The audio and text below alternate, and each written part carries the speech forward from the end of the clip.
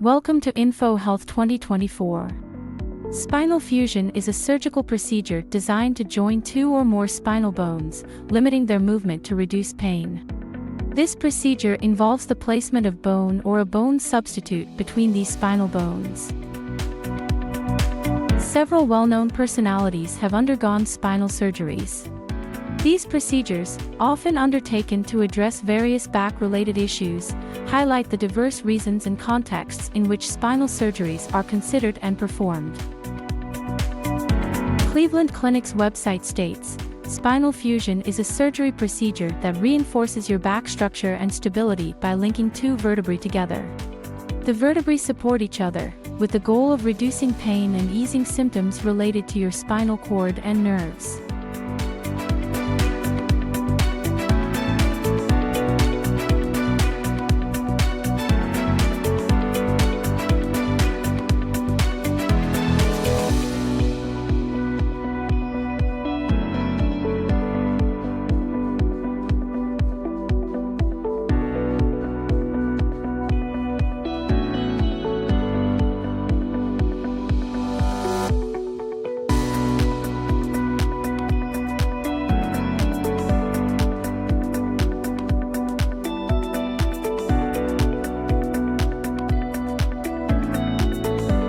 The bones are held together by metal hardware to facilitate healing.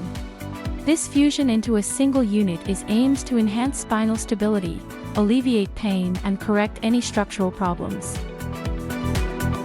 According to OrthoInfo website by American Academy of Orthopaedic Surgeons, spinal fusion is a surgical procedure used to correct problems with the small bones in the spine.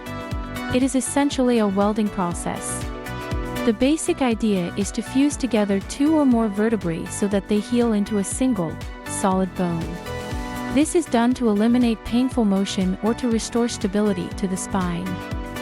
Spinal fusion may help relieve symptoms of many back problems, including degenerative disc disease, spondylolisthesis, spinal stenosis, scoliosis, fractured vertebra, infection, herniated disc, tumor. Spinal fusion is performed under general anesthesia, with several techniques used depending on the specifics of the case and the exact location of the bones to be fused on the spine. An anatomy diagram on different techniques of spinal fusion. How painful would the spinal fusion be for you? It would depend on the location and extent of your surgery. Recovery generally takes about 4 weeks to 6 weeks. Like all surgeries, spinal fusion is generally deemed safe, but isn't devoid of risks.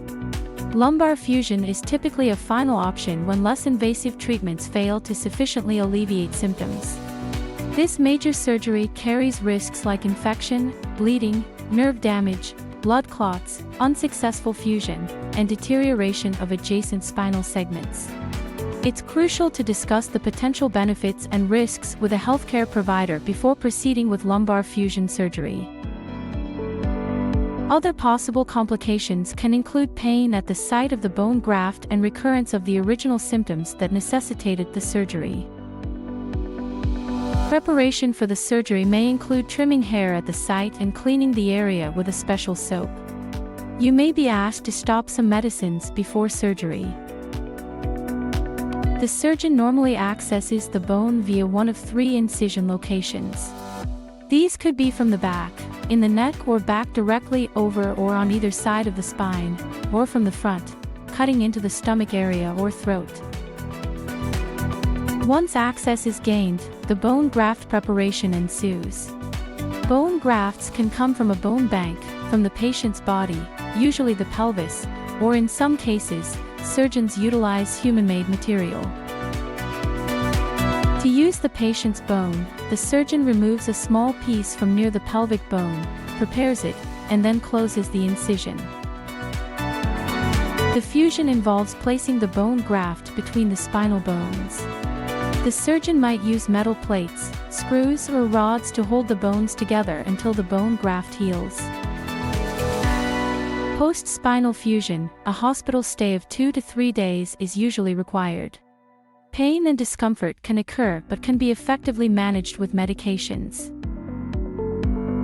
After discharge, you should contact your doctor if any signs of infection, like redness, tenderness, swelling, shaking chills, or fever above 100.4 degrees Fahrenheit or 38 degrees centigrade, are observed.